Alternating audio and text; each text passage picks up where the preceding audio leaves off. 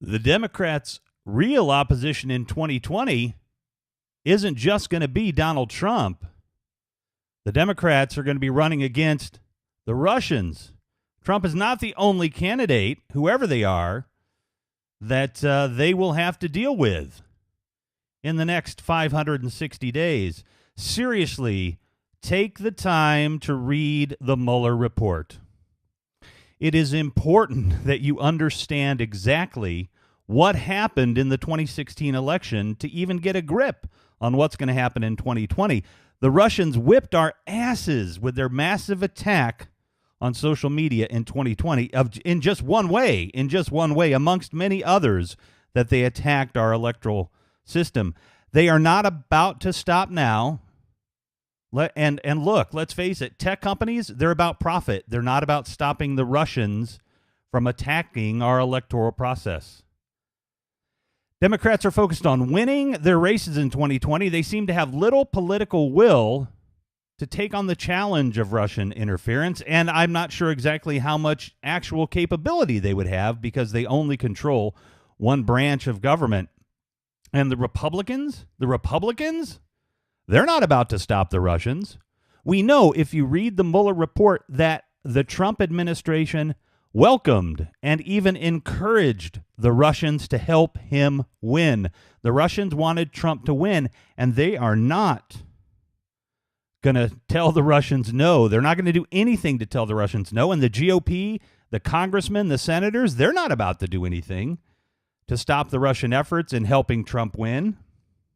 And it's not just Trump that the Russians are going to help win this time. They're going to help every congressperson, every senator, every governor who's running on the Republican side. The Russians are going to go crazy helping the GOP stay in power.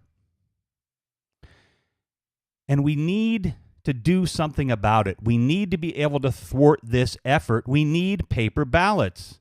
We have antiquated electronic voting machines in the majority of states in this country. Fortunately, here in Illinois, where I am, we've got paper ballots, but there's a lot of states that don't. And these machines are susceptible to hacking. You can literally change the votes in the machines, and there's no way to tell a vote has been changed. There's literally no way to tell a vote has been changed, and there's really nothing they can do to counter it. The Russians have definitely, if you read the Mueller report, they definitely tried and did hack into some electronic systems in the country, and they're going to keep doing it. And they're not going to give up here. They're not going to let go of their creativity here. They are going to get better. The Democratic nominee is running against the Russians as well as running against Trump.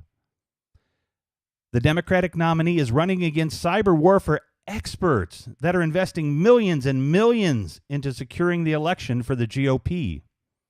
They are already creating hashtags, memes, and lies about Democratic candidates to confuse the left, and they are succeeding. They helped bolster an affair that Kamala Harris supposedly had. They helped bolster an Instagram. They set up a fake Instagram photo of Elizabeth Warren with a doll in blackface on one of her posts. Realize virtually no one in government is trying to stop this. And what they did in 2016 is just mere child's play compared to what they are going to do in 2020. We have to make some noise. We have to wake up our politicians. We have to get them to act to stop the election fraud, or we may lose the House, not regain the Senate, and not regain the White House. Our freedom is at stake. We have to do something. We can't be infighting amongst the left. We can't be worried on the left about anything other than defeating Trump. And to defeat Trump, we need to defeat the Russians.